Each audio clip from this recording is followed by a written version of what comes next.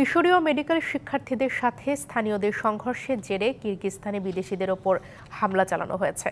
সেখানে থাকা বাংলাদেশি, পাকিস্তানি এবং ভারতীয় শিক্ষার্থীদের ওপর হামলার খবর পাওয়া গেছে। এতে নিরাপত্তাহীনতায় ভুগছেন বাংলাদেশি শিক্ষার্থীরা। উজবেকিস্তানের বাংলাদেশ দূতাবাস কিরগিজস্তানে থাকা শিক্ষার্থীদের সাথে সার্বক্ষণিক যোগাযোগ রাখছে। খোলা হয়েছে হটলাইনও।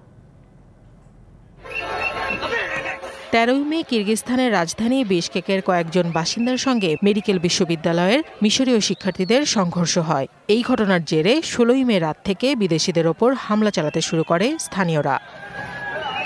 বিশকেকে অবস্থানরত বাংলাদেশি শিক্ষার্থীরাও হামলার শিকার হয়েছেন। সেখানে নিরাপত্তাহীনতা আর অনিশ্চয়তায় দিন কাটছে বাংলাদেশের অন্তত ৮০০ মেডিকেল শিক্ষার্থীর।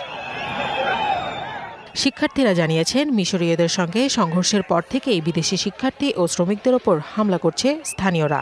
এমন পরিস্থিতিতে নিরাপত্তাহীনতার কারণে বাংলাদেশে ফিরতে চান তারা।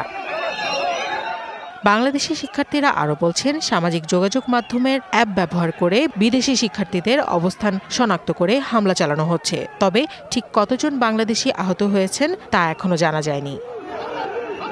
মধ্য এশিয়ার দেশটিতে বাংলাদেশের দূতাবাস নেই। উজবেকিস্তানে থাকা বাংলাদেশের দূতাবাস কিরগিজস্তানে থাকা বাংলাদেশি শিক্ষার্থীদের সঙ্গে সার্বক্ষণিক যোগাযোগ রাখছে। এছাড়া দেশটির পররাষ্ট্র মন্ত্রণালয়ের সঙ্গেও সার্বক্ষণিক যোগাযোগ রয়েছে। কোহিরিন ফারহানাস, ডিবিসি নিউজ ডেস্ক।